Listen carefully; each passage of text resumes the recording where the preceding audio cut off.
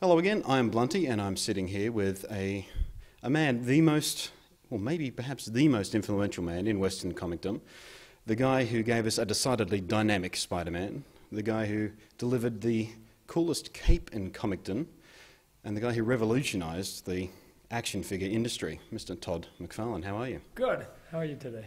I'm exhausted, as I expect you might be. We've both just come off the Supernova tour, so... You guys put on a heck of a show this weekend. It was huge, so. It was big. You got your start at Marvel, your first big break, I guess, penciling Spider-Man covers.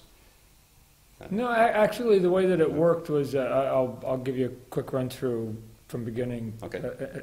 I came out of college and my first job was at Marvel. It was for Marvel's Epic line. The first book I did was a backup story in Steve Englehart's Coyote. So it was a sort of an obscure book, and I had the backup in an obscure book. I jumped over to DC comic books, did a couple fill-ins, and then I did a book called Infinity Incorporated for a couple years. It showed that I could keep a deadline. And then after that, I did a couple other knickknacks, but then jumped back over to Marvel. And really the first quote-unquote big book I had did was they gave me the Hulk. And so once I did the Hulk, I was building up speed that I could do 2 books. And I decided to pick up a second book, and it was at that point that they gave me Amazing Spider-Man. So, and with that came the covers. Maybe what you're remembering is that as I eventually dropped the Hulk, I ended up picking up some of the covers to Marvel Tales and doing some covers for that one. So I was sort of spreading my drawing ability around someplace. Well, I feel brilliant. We're 30 seconds into the interview and I've already embarrassed myself. Complete lack of time to research. I thought you were a rugby star too, so I had it all wrong. Excellent, also. excellent. Now, they eventually gave you your own Spider-Man book. Right. You got pretty much control over that for writing, penciling, and inking as well. Right. Yeah, that came about because I had put in a certain amount of time on The Amazing Spider-Man and had some fun doing it and sort of catapulted me in my career. But I was starting to get itchy of trying to draw and wanting to draw my own stories. So up to that point, I'd worked with a lot of good writers, but the little bit of frustration I had was that writers would sort of easily type stories that had 10,000 spaceships and 50 million police officers and the armed guards and 9,000 naval I mean, it was millions, and they could type that up in 5 minutes, and it would take us, his artists, weeks to draw that, right? And I go, wow, they put all, and it was in Central Park with all of New York City watching. Of course. So I sort of said to myself at that point, I go, I've got to start writing my own stories for 2 reasons. One, I could then pick and choose the characters that I like, because then it's a lot funner when you're drawing, when you're sort of going, oh, I like this character, instead of doing the writer's favorite character. And I knew that I would never do a space in alien invasion ever again. I would never do a team book.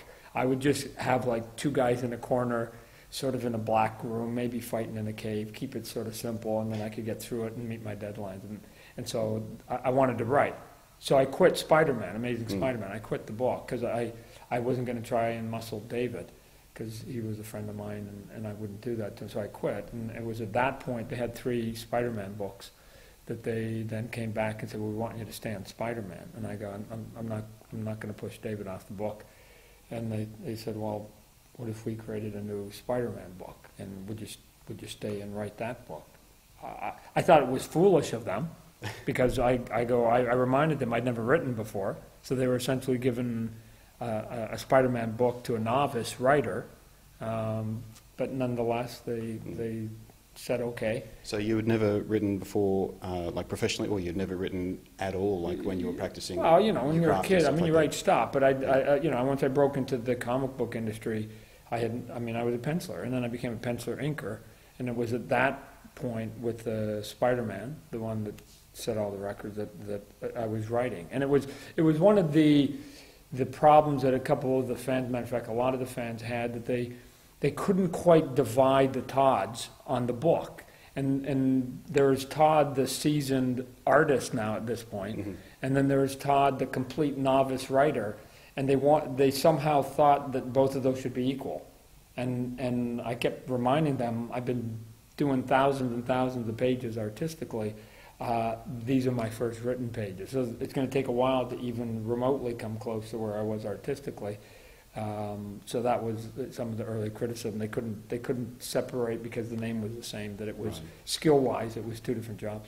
Now, you are mainly responsible for giving the world a much more dynamic Spider-Man, a much more graceful, ballet-like, gymnast-like Spider-Man. Yeah, you know, here's how I've explained it over the years in its simplest form, is that, you know, Spider-Man came in the early 60s, and then John Romita Sr. came in, and to me created the iconic Spider-Man, the one that's on our lunch pail boxes and our pajamas, and the one that's in our, I mean, when you think of that classic look, it was John Romita Sr.'s, and he was a kind man to me when he was the art director and taught me a lot of things. But I go, I can't do a knockoff of John Romita Sr. It'd be foolish for my career. So I sort of went back before that into the Ditko and took a little bit of Ditko's quirkiness, and then said, well, I don't understand. The one thing that did bother me about the book was that because John Romita Sr. had done such a perfect job, everybody sort of emulated him and froze him in time. So by the time I got there in the late 80s, he still had the same clothes from the 60s. He still had the same haircut from the 60s. Mary Jane, who at that point was a New York model, had, again, vanilla clothes and vanilla hair. And I'm like, wow, I mean, it was the 60s drawing in a close to a 1990 book. And so I believe that if artists and writers had been sort of updating it over the years, what I had done to the book probably wouldn't have been as big a deal. It's just that when I updated it, it was a 20-year shock to people, and luckily they liked it. But artistically, for Spawn himself, or for Spider-Man himself, We'll get to Spawn. Yeah. For Spider-Man himself, in the simplest way to explain it, they were doing Spider-Man, and the emphasis I thought was on man, and it was about Peter Parker. When he put on the costume, it was still man in the costume, and I flipped it and I made it Spider-Man. And when he put the costume on, I was less concerned about it being anatomically right and that it was a real guy. I went for the spider part of it. So it wasn't that I tried to do something poetic. I went, it's a bug, and I gave him big eyes. I gave him tons of webbing. I made the costume a darker. I made him go in these quirky little funky poses that were impossible for anybody to get into. And it was the spider part of it. And luckily, there was enough fans out there that were sort of looking for the same thing I was, which was to add the superhero into the superhero. Yeah, it was beautiful and it was fresh and dynamic. In fact, the only Spider-Man poster I had up on my wall when I was growing up reading the comics was one of yours. Oh, yeah?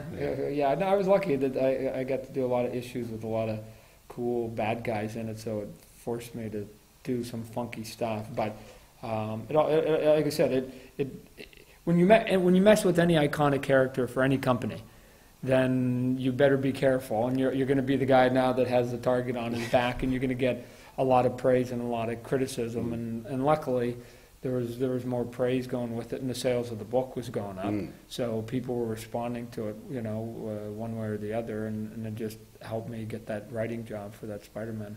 Yeah, and eventually you parted ways with Marvel and decided to build your own label, Image Comics, right? Which made a massive splash with Spawn. You sold, was it 1.7 million? Right. So I mean, it's not a surprise, especially if you sort of know me personally. My wife will tell you I'm a bit manic, and you should be able to see it in my career.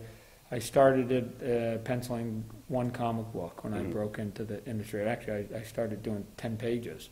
Then I go, I got to do more. So I got up to 22 pages of penciling, and then I got 2 books a month.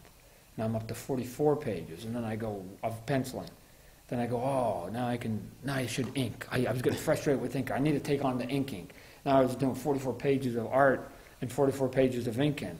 And then I go, oh, now I can write. And at some point, if you actually look at the credits of the Spider-Man book, there was one issue that I lettered and one issue that I colored. So I just think that I can do a little bit of everything, even though it's not quite true.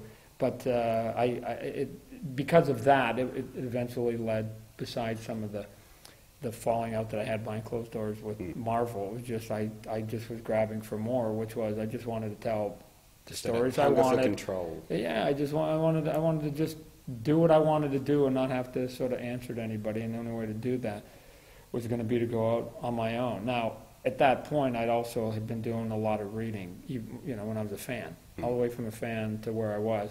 And I knew historically that artists had been pushed out the door one at a time since the beginning of this industry, and that the companies didn't really feel the pain of that.